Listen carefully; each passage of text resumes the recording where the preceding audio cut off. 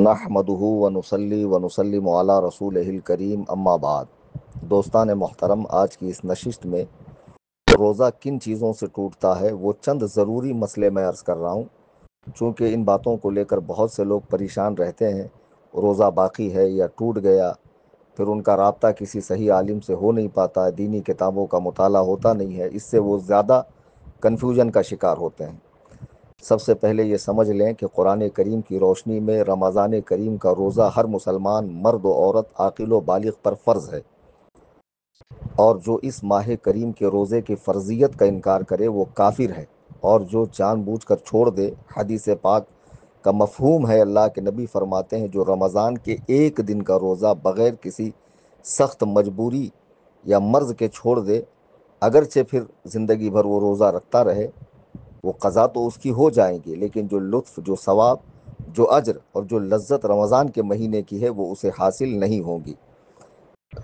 اس کے پہلے ہم نے روزہ کن چیزوں سے نہیں ٹوٹتا ہے اس پر چند مسئلے وائس میں نے عرض کیے تھے۔ آج کن چیزوں سے روزہ ٹوٹتا ہے وہ میں عرض کر رہا ہوں۔ سب سے پہلے یہ بات ذہن میں رکھیں کہ روزے دار کے معدے میں، یعنی پیٹ کے اندر جو معدہ ہوتا ہے، وہاں تک یا دماغ تک کوئی چیز منفذ کے ذریعے پہنچی، منفذ کہتے ہیں منہ کو، ناک کے 2 نتنوں کو، کان کے 2 سوراخوں کو اور مرد کے پچھلے مقام کو، تو روزہ ٹوٹ جائے گا۔ اور جو چیز مسام کے ذریعے باڈی میں پہنچی اس سے روزہ نہیں ٹوٹے گا۔ مسام کہتے ہیں ہمارے بدن پہ جو روئیں ہوتے ہیں، ان میں روؤں کے نیچے باریک باریک سوراخ ہوتے ہیں۔ جب آپ غسل کرتے ہیں، سوئمنگ کرتے ہیں، تو کچھ پانی جو ہے باڈی میں جاتا ہے، لیکن وہ آپ کے معدے یا دماغ تک نہیں پہنچتا ہے۔ اسی طرح آپ آنکھ میں دوا ڈالتے ہیں تو حلق میں مزہ محسوس ہوتا ہے، لیکن وہ مسام ہے، وہ معدے تک یا دماغ تک نہیں جاتا ہے، اس لیے آپ کا روزہ نہیں ٹوٹتا ہے۔ اس بات کو اچھی طرح آپ حضرات ذہن میں رکھ لیں۔ مسام کے ذریعے جو چیز باڈی میں پہنچیں گی اس سے روزہ نہیں ٹوٹے گا۔ اسی لیے علماء نے فرمایا کہ کوئی نس میں انجیکشن لگائے یا گوشت میں لگائے اس کا روزہ نہیں ٹوٹے گا، چونکہ وہ معدے تک یا دماغ تک نہیں پہنچتا ہے۔ جیسے کسی نے ناف پر دوا ڈالی، بہت سے لوگ ناف درد میں دوا ڈالتے ہیں، تو اس سے روزہ نہیں ٹوٹتا ہے، چونکہ وہ معدے میں نہیں پہنچتی ہے۔ اب اور چند ضروری مسائل میں اس سلسلے میں عرض کروں۔ اب جیسے مرد نے اپنے آلۂ تناسل میں پیشاب کے مقام پر تیل ٹپکایا یا تیل ڈالا، اگرچہ وہ مثانے تک پہنچ گیا تب بھی روزہ نہیں ٹوٹے گا، چونکہ وہ مسام ہے، منفذ نہیں ہے۔ ہاں، عورت نے اگر اپنی شرمگاہ میں پانی یا تیل یا کوئی چیز ڈالی تو اس کا روزہ ٹوٹ جائے گا۔ حقہ، سگریٹ، چرس، گانجا، جو بھی آج کل نشے ملتے ہیں، جو منہ میں رکھ کر تھوک دیے جاتے ہیں یا صرف اس کا دھواں اڑایا جاتا ہے، وہ حلق میں نہیں پہنچتا، اس سے بھی روزہ ٹوٹ جائے گا، چونکہ اس کے جو باریک باریک اجزاء ہوتے ہیں وہ حلق میں ضرور جاتے ہیں۔ شکر وغیرہ ایسی چیز جو منہ میں رکھنے سے گھل جاتی ہے، منہ میں رکھی تھوک نگل گیا تو روزہ ٹوٹ گیا۔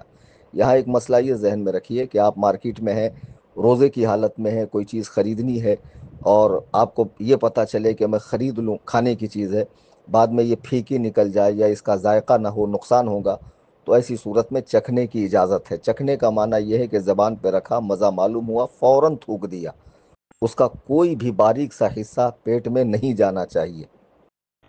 چکھنے کا معنی یہ نہیں کہ لقمہ دو لقمہ کھا لیا، اس سے تو پورا روزہ ہی چلا گیا۔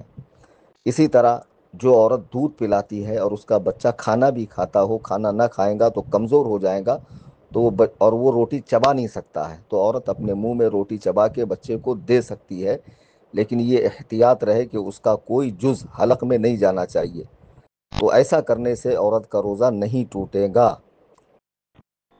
منہ میں نے اس کے پہلے بتایا تھا کہ بات کرتے وقت تھوک جمع ہوتا پی لیا تو اس سے روزہ نہیں ٹوٹے گا۔ ہاں، تھوک ہتیلی پہ نکالا اور پھر اسے پی لیا ہتیلی پہ نکال کر، تو اب روزہ ٹوٹ جائے گا۔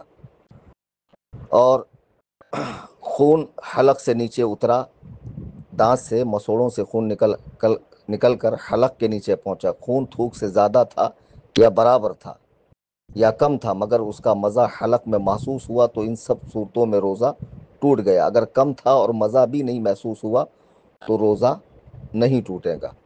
روزے میں دانت اکھڑوایا اور خون نکل کر حلق سے نیچے اترا تو بھی اس کا روزہ ٹوٹ جائے گا۔ روزہ ٹوٹنے میں دو باتیں ہوتی ہیں، ایک مرتبہ تو صرف روزے کے بدلے روزہ ہی رکھنا ہے، اور ایک مرتبہ روزے کے بدلے آپ کو 60 کفارے کے روزے رکھنے ہیں۔ اس لیے رمضان کا روزہ خدا را معمولی باتوں پر مت چھوڑیے۔ کیا حماقت ہے کہ ہمارے یہاں اچھا ہٹا کٹا بچہ، ذرا سا بخار نہیں آیا، ذرا سی طبیعت خراب نہیں ہوئی کہ روزہ مت رکھ بیٹا، یعنی بیمار کی بھلائی اس میں سمجھی جاتی ہے کہ اسے روزہ نہ رکھنے دیا جائے، جبکہ روزے سے صحت حاصل ہوتی ہے، شفا حاصل ہوتی ہے۔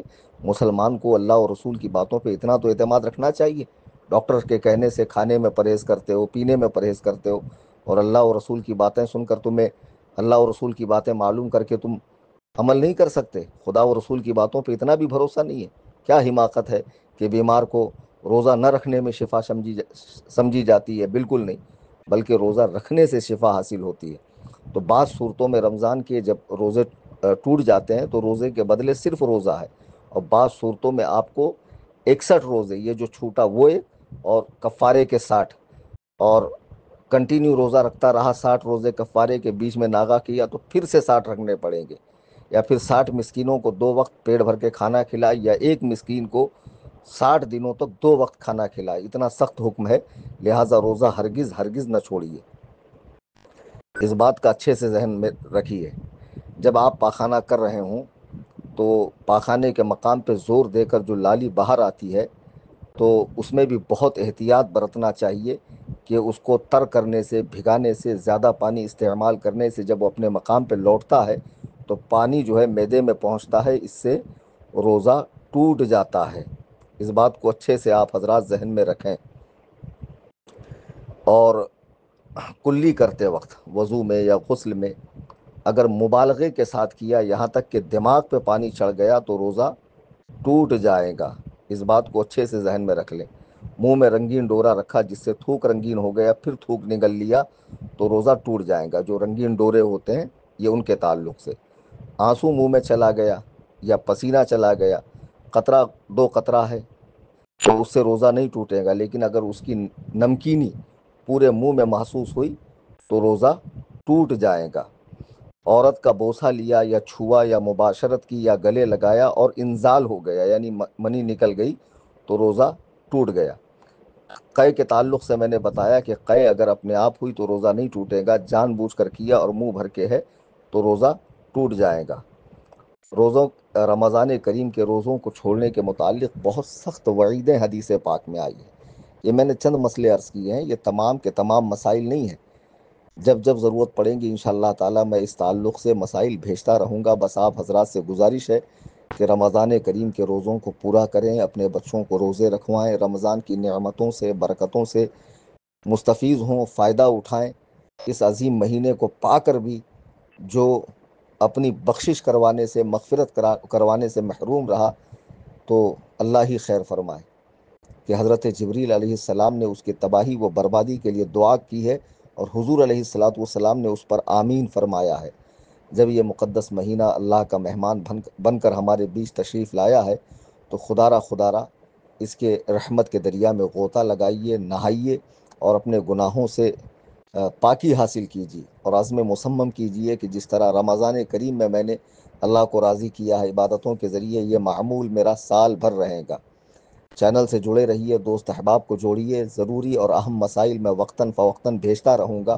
اور میری گزارش ہے کہ تنظیم سنی جمعیت الاحناف جو 11 سال کے عرصے سے ممبئی میں دین و سنیت کی خدمت میں لگی ہوئی ہے، اس تنظیم کی رمضان کریم میں آپ زکوٰۃ سے، صدقات سے، فطرے سے، فدیے سے و دیگر عطیات سے مدد کریں، تاکہ آپ کی مالی مدد سے ہم دینی کام کو بڑے پیمانے پر کر سکیں، ہماری خانقاہ کھل جائے، ادارہ کھل جائے، اور مسلک اعلیٰ حضرت کا کام بڑے پیمانے پہ ہو۔ اللہ تعالی ہم سب کو نیکیوں کی توفیق عطا فرمائے۔